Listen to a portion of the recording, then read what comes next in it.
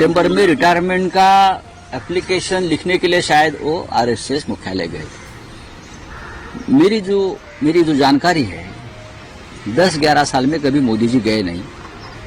मोदी जी गए हैं वो बताने के गए हैं मोहन राव भागवत जी से कि टाटा बाय बाय मैं जा रहा हूं। अब देखिए दो बातें हैं आरएसएस की जो मेरे समझ में आई है। एक तो मोहन राव भागवत यानी सरसंघ चालक और पूरा संघ परिवार देश के नेतृत्व में बदलाव चाहता है। अब मोदी जी का समय खत्म हो गया है और देश में बदलाव चाहता है और बीजेपी का राष्ट्रीय अध्यक्ष भी अपने मर्जी से चुनना चाहता है। तो इसलिए मोदी जी वहां गए थे। मोदी जी जा रहे हैं। राउत सर, कल राष्ट्रपति का भाषण हुआ था, आप किस तरीके से देखते हैं? ये मराठी मानुस का भाषण था या बीजेपी को सपोर्ट? लोकसभा चुनाव से पहले हिंदुत्व वाली भाषा कर रहे थे, विधानसभा चुनाव में भी हिंदुत्व की भाषा ही की, अब अचानक मराठी मानुस की भाषा की है। लेकिन मराठी मानुस की जो संगठना भारतीय जनता पार्टी ने शिवसेना को जो तोड़ दिया है वो अगर आप देखिए तो राज ठाकरे जी की राजनीति जो है वो भारतीय जनता पार्टी को समर्थन देने वाली है। मराठी मानुस हमेशा शिवसेना के साथ रहा, आप उनको ही तोड़ना चाहते हैं और तोड़ने वाले भारतीय जनता पार्टी है। तो जो बीजेपी के साथ रहेगा वो मराठी मानुस का दुश्मन रहेगा। थँक्यू।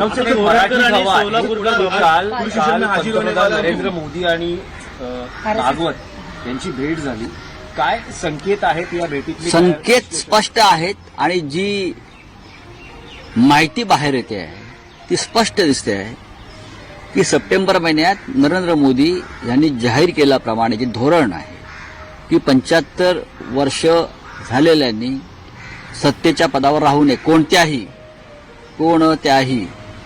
मंत्री, प्रधानमंत्री, राष्ट्रपती। त्याच्यामुळे सरसंघ चालकांनी त्यांना ह्या त्यांच्या भूमिकेची किंवा संघाच्या भूमिकेची आठवण करून देण्यासाठी त्यांच्याशी चर्चा केली की आता आपला वेळ आलेली आहे, सप्टेंबर महिना येतो आहे, तेव्हा देशाचं नेतृत्व बदलावं लागेल। दुसरं म्हणजे भारतीय जनता पक्षाच्या राष्ट्रीय अध्यक्षपदासाठी सुद्धा संघाची एक भूमिका आहे असं समोर आलेलं आहे आणि त्यानुसार संघाला हवी असलेली व्यक्ती भाजपच्या अध्यक्षपदी यावी ही भूमिका संघाची मला स्पष्टपणे दिसते। ज्या अर्थी 10-11 वर्षांनी नरेंद्र मोदींना नागपुरात जाऊन सरसंघ चालकांना भेटावं लागलं, ही काय साधी गोष्ट नाही। त्या वर्षात गेले नाहीत। नड्डा यांनी तर आम्हाला संघाची गरजच नाही 400 पार करण्यासाठी अशी भाषा आहे। जेव्हा राष्ट्रीय अध्यक्ष बोलतो भाजपचा तेव्हा ते प्रधानमंत्री मोदींचीच भूमिका असते।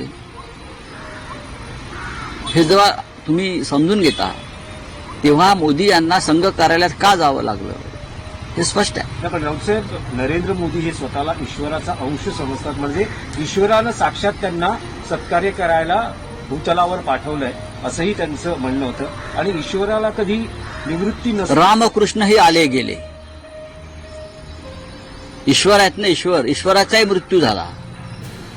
राम गेले, कृष्णही एका बाणानं पारध्याच्या हे लोक सोडून गेले। प्रत्येकाला आपली सत्ता सोडावी लागली, देव असो किंवा मनुष्य असो। ते विष्णूचे अवतार आहेत, ते नॉन बायोलॉजिकल आहेत, हे जरी खरं असलं तरी हिंदुस्थान हा देश नॉन बायोलॉजिकल नाही। हिंदुस्थानची 140 कोटी जनता ठरवते।